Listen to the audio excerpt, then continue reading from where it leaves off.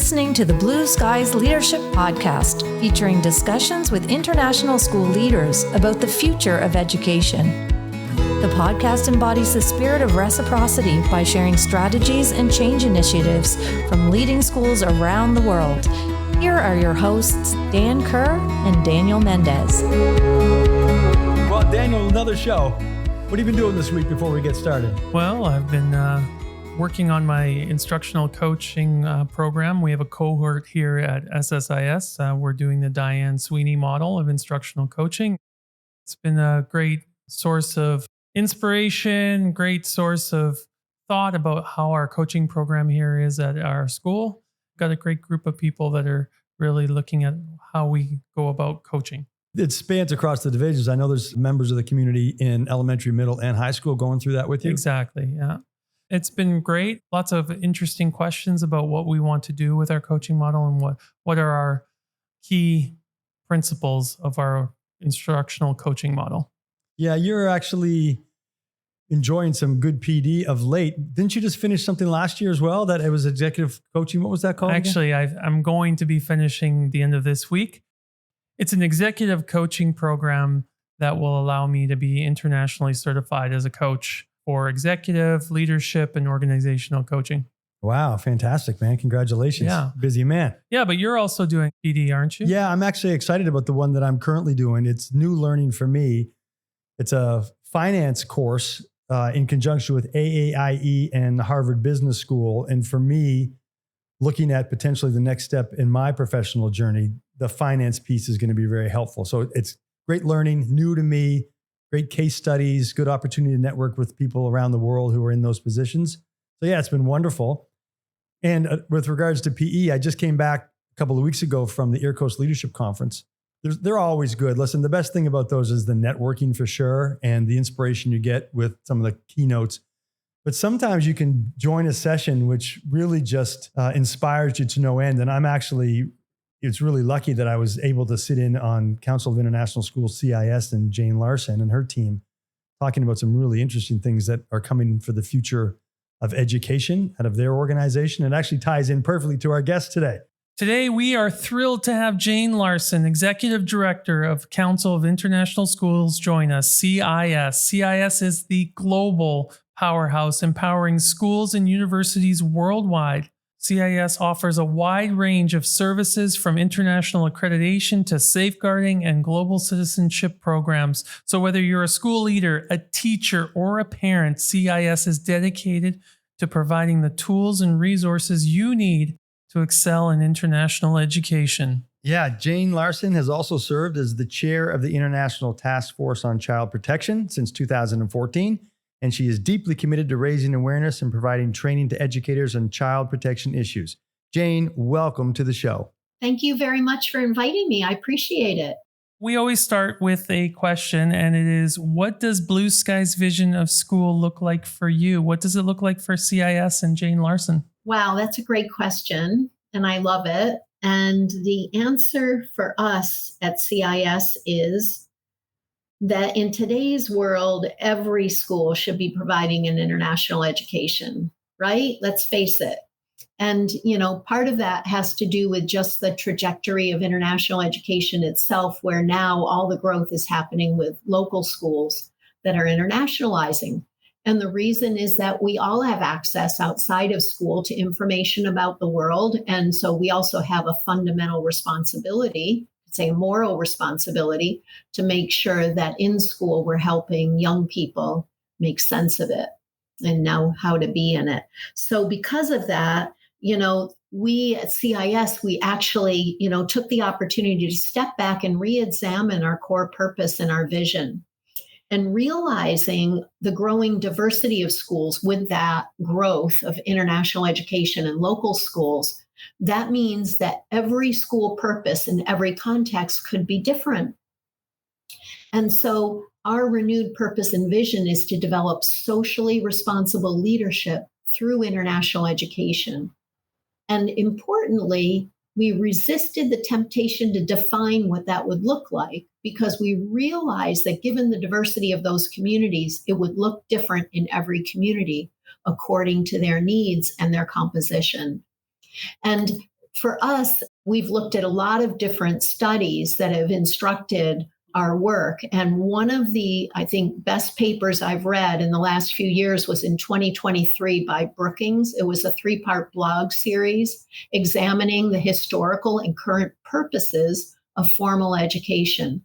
I really recommend it to everyone to read because you'll see then that there are 5 general purposes for education today, ranging from economic development to civic engagement, to belonging and wellness, to liberation. And none of those are wrong. They're just fundamentally important in different combinations and priority orders to communities. So we're really happy about our vision of socially responsible leadership, thinking about the diversity of needs of educational communities.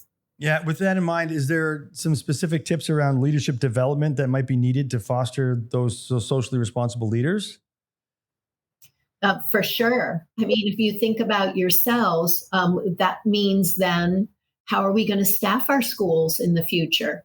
And particularly as we think about the different social challenges that are arising, for example, we can't be all things to all people. Sometimes I wonder if every classroom should have a teacher and a social worker in it. We also see leaders actually struggling to address some of these social issues. Some of them have had painful experiences themselves of discrimination, yet they don't want to be vulnerable in front of their school communities. Yet we know that empathy has risen really high on the list of priorities for leaders today. You have to be able to show empathy. And sometimes that means also vulnerability, which is really hard because leaders have been trained to think they have to be strong, that they themselves can't show vulnerability even when they're supporting others. I would say a complex mixture in the future of not only being an educational and academic leader, but also a socially responsible leader. Yeah, I'm going to swing back to something you said a little bit earlier, just because it really resonated with me, is the idea of international education is really all education, whether that's international schools or local schools, and the kinds of things that we're trying to get, the skills that we're trying to develop in kids around student agency and empathy, social entrepreneurship. Those are things that all kids around the world, regardless of what school they attend, are things that we should go after globally. So I love that you're trying to break down the barriers between those two things, and it's all international education. Absolutely.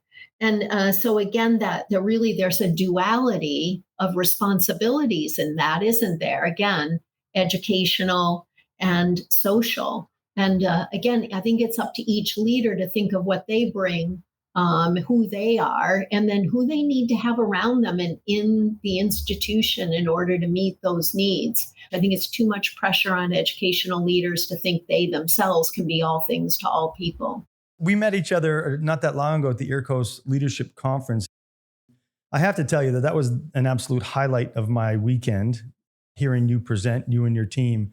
You talked about so many interesting and exciting initiatives, but one of the things that you talked about were some incredible trends and data that really inspired me, and we were hoping that you could share a little bit of that with our listeners today. Yeah, thanks, Dan. We're spending a lot of time looking at the big picture of the forces that are shaping the future of international education. And to be clear, there are really 3 things that are converging all the time that are impacting these trends and the growth. So those are population, the world's population, right? Demographics, immigration, how people are trying then to control, restrict, permit, or allow mobility, and education. And I'll give you an example. When you look at the world's population, the latest predictions are that in Western Europe, for example, Japan, other countries, generally more developed countries, we've already reached peak child population at the age of 5 and under. In other words, there will never be more children in the world than there were last year under the age of 5, specifically in certain areas. Now, conversely, you have other continents that are growing exponentially and will continue to grow, like the continent of Africa. So that brings in big questions then about who we will be educating in the future and where. So here in the Netherlands, where CIS is based, the public schools, the Dutch international schools, the combination of local and international curriculum, and the expat schools all got together, the leaders, and saw declining enrollment in the very young grades in early childhood education and primary education. So again, what will that look like? Who will those schools be admitting in the future? What will the grade levels be? And these are very important questions. Will young people in Africa all of a sudden start to have opportunities to go to university, to work all over the world? We have to be watching these trends very carefully as educational leaders, because countries are, from year to year, you also see with the immigration policy changes, it has immediate effect on where students are applying to university, for example. And some of them, I think you pointed out in an earlier conversation, are making more and more decisions maybe to study at an international school in their country, but also go to university in the country where they went to an international school. Yeah, it was a conversation I was having this past weekend with a family that decided to go to an NYU satellite campus that was in Asia rather than actually going to NYU in the US, just because they felt more at home. You know, most of these international students, these third culture kids, are spending more time in different cultures and they feel a little bit more at home in these cultures. We were finding that a lot of students are coming back from overseas saying that they're getting culture shock, even though they've said that they are American or Canadian. They're not feeling like they belong. I think you have a personal example about that too, but my son is in his second year university in Canada right now, and he spent his entire life growing up overseas. And it's interesting that when he went back to Canada, the best friends that he's gravitated toward are international kids who grew up just like him as third culture kids. And it's been very difficult for him in some respects to assimilate back into Canadian culture as a Canadian kid who never really lived in Canada. And you had an example about the boys on the field were playing American football, and my son was picked first just because he was American. And the kids were like, "You don't know how to play football?" He goes, "No, I've lived in Asia my whole life. I don't know how to play American football." It was fun having that discussion with them. And I think that goes back to what you're talking about, is we need to be aware of the trends and the population, immigration, and education. Who are we going to be educating? What does that look like? Even in the 20 years that I've been overseas, I've noticed there's less and less expats living overseas. What does that look like in our schools? Who are we having to recruit into our schools? What does that look like for potentially our EAL programs? Those are really fantastic, proactive conversations that you're having, and I appreciate that. But you also have some wonderful, exciting news. Do you have some things to share with our audience? Our team has been working over the last year or so, looking carefully at the growing needs of these very diverse international school communities, and realizing that we wanted to make the process more impactful for every school. So how were we going to do that? Well, what we did is we took the framework that we have now in the process, and we realized that if schools are different, if their needs are different, we need to have a differentiated developmental approach to meet a school where it is and help it move forward with a very clear focus on the future, and also the choice to be able to dive deeply into areas of strategic growth. For example, schools that are really focusing on developing a sense of belonging in their young people, let's say. Or let's say a new school leader comes into a school and really wants to learn more about a specific aspect of the school's, let's say, pedagogical approach. How can they dive more deeply and gain input across the community to do just that? What will happen in the future is that there will still be fundamentals that have to be in place for every school. We're going to call those the cornerstones. And those expectations, they have to be met. But as those expectations then are met, where will the school go next? Our colleagues will work with the school to develop a project-based approach to development where those areas will be fully aligned with the school's strategic plan. sadly, we still see in probably too many schools today that schools aren't intentionally integrating the work of accreditation with their strategic planning, and they have to be intertwined. So our goal is that this new framework and process will help schools do just that. Yeah, and one of the things that was exciting that you talked about at the EARCOS conference was through a lens of social health and well-being of students. And that's something that's going to be on your radar moving forward as well for CIS in this new framework. Well, definitely. I mean, if we agree that fundamentally socially responsible leadership is what we need to focus on, a thematic approach to accreditation, like our new approach that our team has designed, is really going to work well. Because again, you can really hone in on that aspect of school life, if you will, and move forward.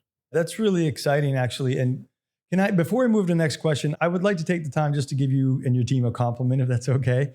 It was your organization and in your vision specifically about a decade ago when you really attached accreditation to the idea of child safeguarding and child protection.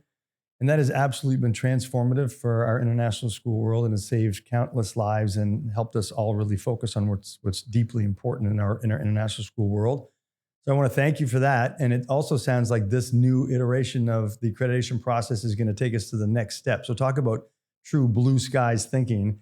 I think this has just been really, really special for our world. And I want to thank you on behalf of our listeners for forging through. Very important work, Jane. And I just love the thematic view of accreditation where you're allowing schools to breathe, to grow in the way that they need to grow, to have this certain flavor of what does belonging look like. We've had episodes with Dr. Derek Gay where we discussed how belonging will look different in every single school. And I love the fact that this accreditation process is happening in this way.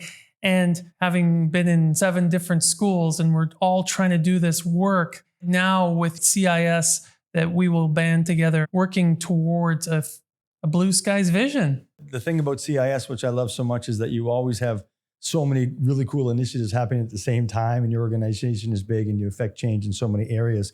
So I was kind of hoping that you could highlight a few of the other cool things that are happening at CIS right now and sort of share them with our audience. I know there's lots going on beyond what we've just already talked about. There is. There always is. There's no shortage of opportunity in international education, is there? I'm really excited then. I guess I'll focus on this. 2 weeks ago, we announced a new partnership. And that partnership is with the University of Melbourne in Australia, the Faculty of Education. There's a group called Melbourne Metrics. Melbourne Metrics has been working over the last several years to develop a competency-based framework for student assessment. Now, why did that get our attention and why are we entering in that partnership? I think you know that in addition to the schools we serve, we also work with universities. Right now, a little over 600 universities in 660 countries. And in 2019, we brought them together because we realized there's so much great innovative work going on in your schools, right? And it's kind of like independent education on steroids, right? In international schools, a lot of people have freedom to create and innovate. Yet universities tend to be a little bit more structured. But what happened is they realized that they're not part of those discussions. So when we brought our university and school leaders together, they said, yeah, this is great, some of the work you're doing, but please don't do it without us. So when we asked them what they wanted to work on together, they identified something you already mentioned, belonging. One person said, yeah, if students aren't doing well, then nothing else matters. Everybody values rigorous, high quality education, but at the same time, they were frustrated by the narrow summative assessment measures that most universities are using to make admission decisions. Thinking about that and trying to avoid kind of the blame culture, because then sometimes schools will say, well, it's the university's fault because they have these systems. Yeah, we've heard that for so long, haven't we? Yeah.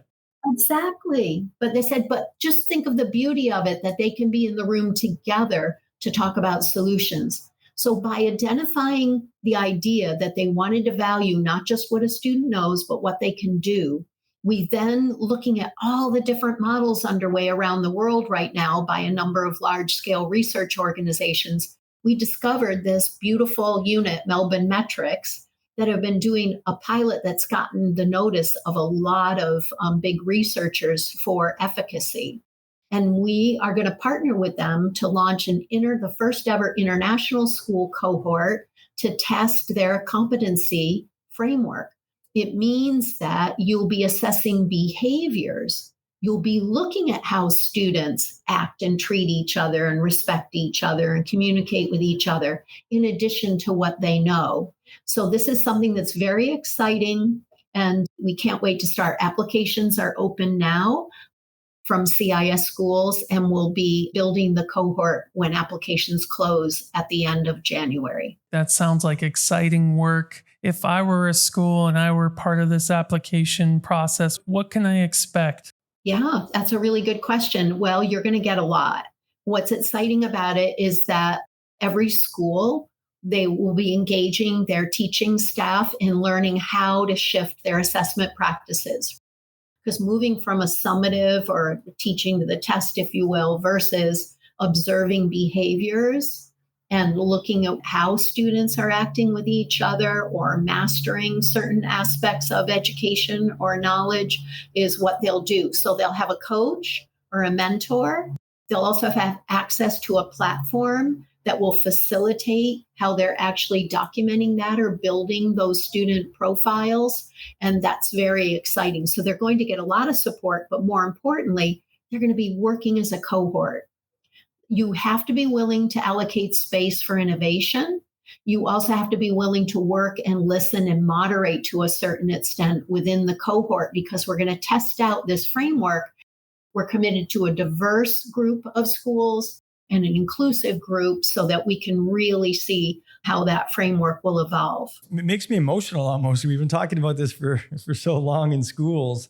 To have this partnership come alive at this point is pretty exciting. It kind of reminds me of the work that great schools around the world do when they pull apart the report card and go after the habits of a learner and build those specific skills in students that really are the important things that they need to learn as they make themselves into the world of work, right? The things around empathy and responsibility and inclusion and diversity and collaboration and all the things that are going to make them great, regardless of what our world looks like in 10 years or 5 years from now. Absolutely. And by the way, we're going to be looking at the lens of socially responsible leadership traits. So through this, which is something that's very important to us.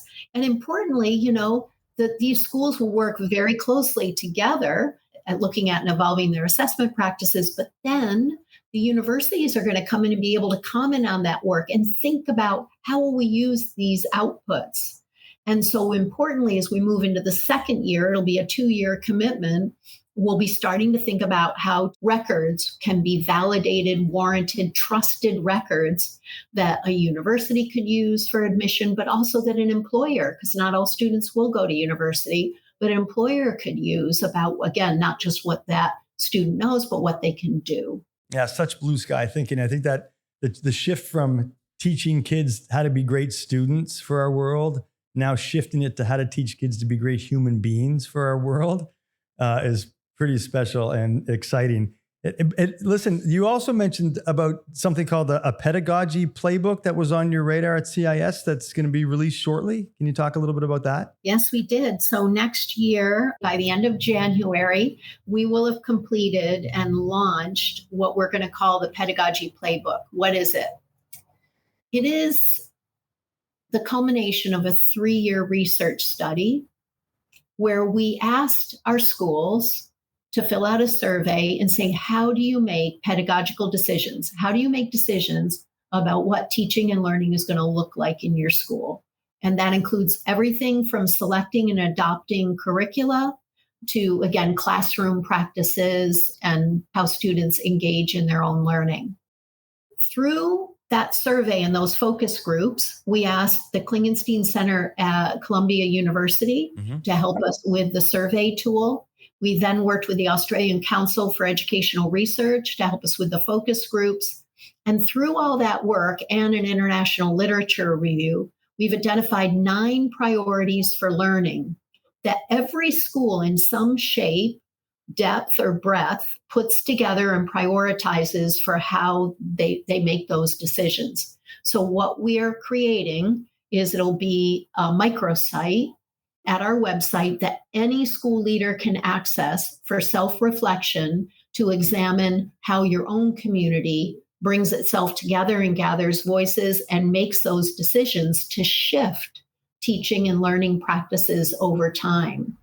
So we're really excited about it, and we're very excited, again, to make it available open source for free. It's a publicly accessible tool to any school to be able to use. I must commend you, Jane, and CIS for creating such intentional work around bringing together the universities, the international schools, actually creating these models, as well as, the pedagogy playbook. These are things that we have all recreated at our schools over the years, and you're helping to facilitate that work so that we can do what the most important work is creating socially responsible leaders. Thank you so much for all your work, and it's just exciting. These are little gifts. It's Christmas time. I'm wearing my Christmas hat. These are gifts. Thank you, Jane.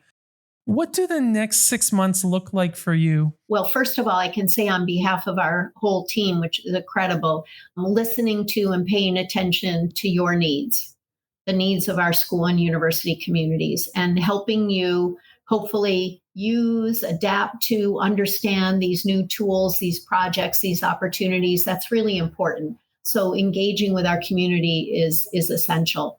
So invariably now that happens virtually like this. This is great, a great way to share information. Thank you so much. But also, very selectively going to different places where international educators are gathering and talk about these topics. So I'll probably the first 3 months of 2025 be on the road for at least half the time, and the other half the time working with my team, which I absolutely love, and figuring out if we're working on the right things. If people are interested in learning more about those initiatives that you talked about or connecting with you directly, how can people best get a hold of you or your organization? I know you have an amazing website, but are there some avenues that you can tell us how we get a hold of you? Yes. So definitely for each one of these new resources and tools, you'll always find a contact point at our website where you can, find that out. If you're not part of the CIS community, you have to go to the website and you'll see our feed where all these projects are pretty much linked to in some form on the homepage.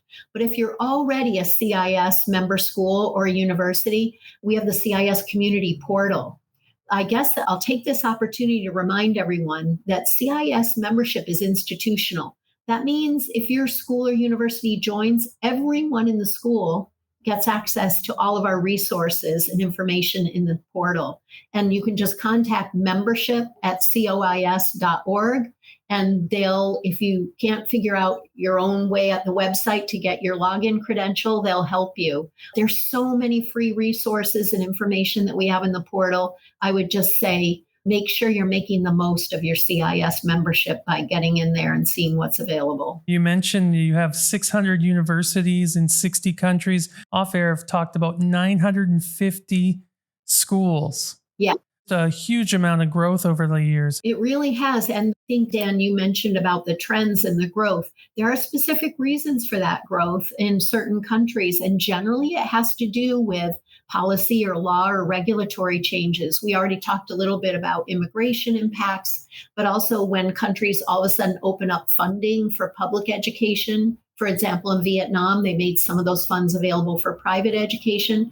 That drove growth now of more schools providing an international education to local students. It's great to see. And I have to say, there is great work going on in schools, no matter what their context. There are amazing things happening in different ways in all of these schools. Yeah, it was really interesting to see it at AirCoast when you were talking about the trends of how international schools are exploding in places like India and China and Africa. And there really are. There's more international schools than there ever has been now, which does give a lot more access to what you talked about at the start about making education for everybody universal and not just local, because it is a global world. And I think that's exactly where we're all heading. I know you're active on LinkedIn. That's a place that people can follow you and CIS. That's another area where that they can get great information from, I would think. Absolutely. I'm on LinkedIn, and CIS actually has a presence also on LinkedIn, on Facebook, and also on X currently. And we're always trying to just look at where our members are and make sure that we're putting information there. But I think we have the most followers from schools on LinkedIn, I would say. I want to thank you so much for taking the time. On a personal level, you've been an inspiration to me for a long time, back in my Paris days and before that. And the work that you've done with CIS and transforming international education has been something that has been inspirational for all of us. So I want to thank you today. And I'm super thankful for the future, the work that you've done with all these frameworks and models and playbooks. And it's an exciting times to be in international schools. And we want to thank you for joining us on Blue Skies Leadership Podcast. Yeah, one of the things that Daniel and I wanted to start when we did this podcast is to have some really good conversations about the future of education. And this one in particular gets us thinking about some tangible ways that we can all move from traditional models into stuff that really is going to help change the face of what international education looks like in the future. All the best. Thank you. Happy holidays to you. And once again, thank you so much. I can't wait to see you on the road in 2025 somewhere. Thank you. I really enjoyed the conversation today. It was really great to talk with you. Thank you. Bye, Jane. Thanks. Thank you for listening to the Blue Skies Leadership Podcast. Do you know a specific leader who would be a great guest? Fill out all the details at blueskiesleadership.com.